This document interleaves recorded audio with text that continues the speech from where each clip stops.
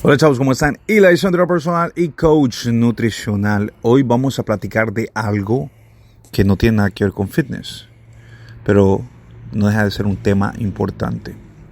Y esto tiene que ver con el bullying, con los muchachitos que se pasan con otros muchachitos, el bullying que se da en las escuelas, el bullying que se da en los trabajos, en los deportes, bullying que se da en muchísimas situaciones, incluso muchas veces hasta dentro de la misma familia, en la misma casa. Muchos de nosotros no nos damos cuenta de lo devastador que puede ser para un niño el que se burlen de él, el que lo maltraten, el que le peguen. Los niños crecen, estos niños abusados, crecen con un coraje en sí que no podrían ustedes entenderlo al menos que estén en esa situación. Pero les quiero contar una historia. Les quiero contar la historia de un amigo y una confesión que en algún momento me hizo. Obviamente no voy a mencionar el nombre de la persona, pero voy a mencionar que es un compañero mío militar. Estuvimos en una unidad militar juntos.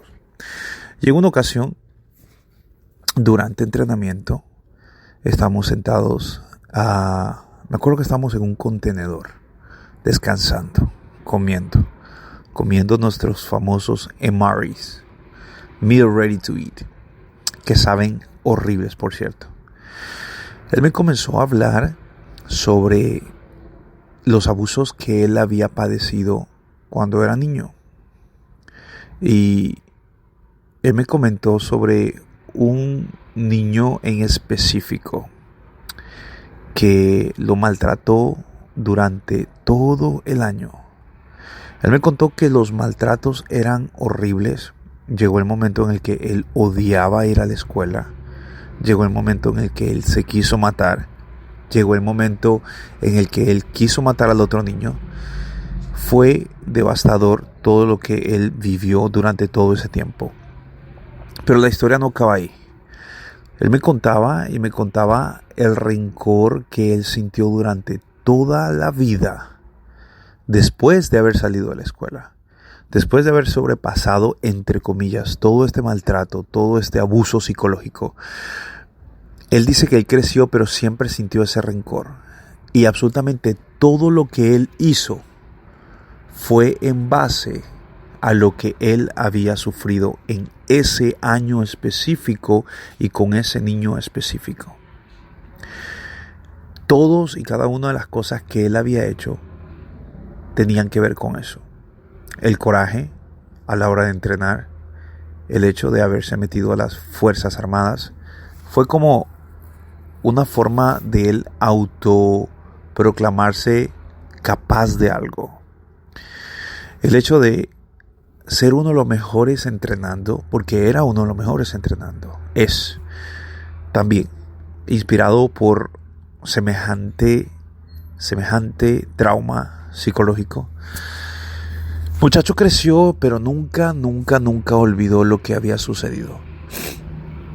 Ahora, él volvió a su país. Cabe destacar que él no era americano. Los dos estábamos sirviendo en el ejército americano, pero él no había sido nacido en Estados Unidos. Por lo tanto, él había nacido en otro país. No voy a mencionar tampoco qué país fue porque no hace falta, pero igual que yo, que nací en Honduras y sirvo en el ejército americano, él nació en otro país y servía en el ejército americano. Después de entrenar, después de haberse graduado, después de haber aprendido cómo manejar armas, después de haber aprendido cómo pelear, después de haber aprendido cómo defenderse, muchas cosas más, él dice que en algún momento él viajó a su país. Él viajó y durante iba en el avión de vuelta, tenía ese pensamiento, esos recuerdos y esa rabia. Llegó a su colonia y tenía ese pensamiento, esos recuerdos y esa rabia. El muchachito que lo maltrataba vivía, que ya era un hombre obviamente, vivía a 5 cuadras de donde él vivía. Vivían pues en el mismo distrito, pues fueron a la misma escuela. Lo encontró, lo buscó y lo encontró. Lo buscó, lo encontró y lo mató. Así de simple, así de grotesco, así de triste.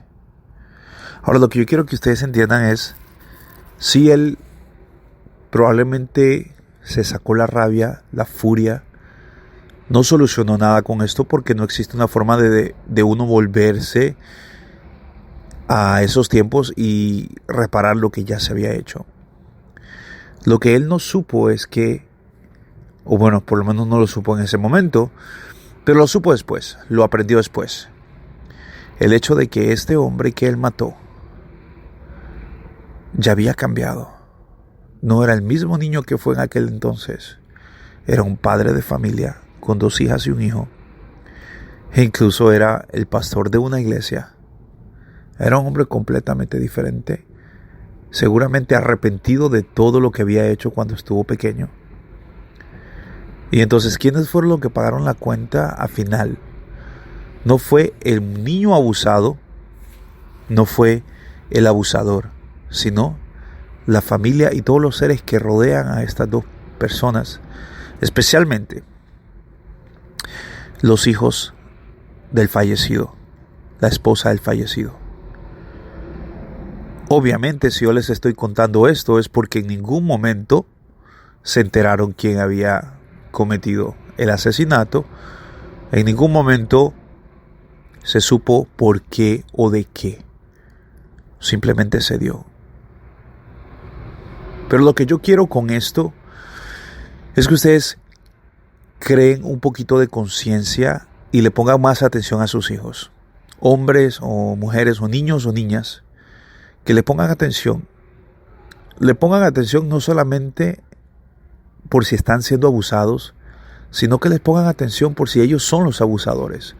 Porque los niños más tremendos, los papás ni siquiera se dan cuenta. Los papás son los últimos en enterarse de lo que andan haciendo sus hijos. Y ustedes tienen que observar y descubrir, visitar la escuela de forma repentina, sin que ellos se lo esperen. Y averiguar con los demás niños, con los demás padres de familia, si existe algún comportamiento en su hijo o su hija que ustedes no tienen ni idea. Y tomar cartas en el asunto para evitar tragedias. De este tipo de abusos se derivan las masacres en las escuelas. De este tipo de abusos se derivan los suicidios. Se derivan los niños que crecen con una mentalidad demasiado psicópata o los niños que crecen con una mentalidad demasiado cerrada.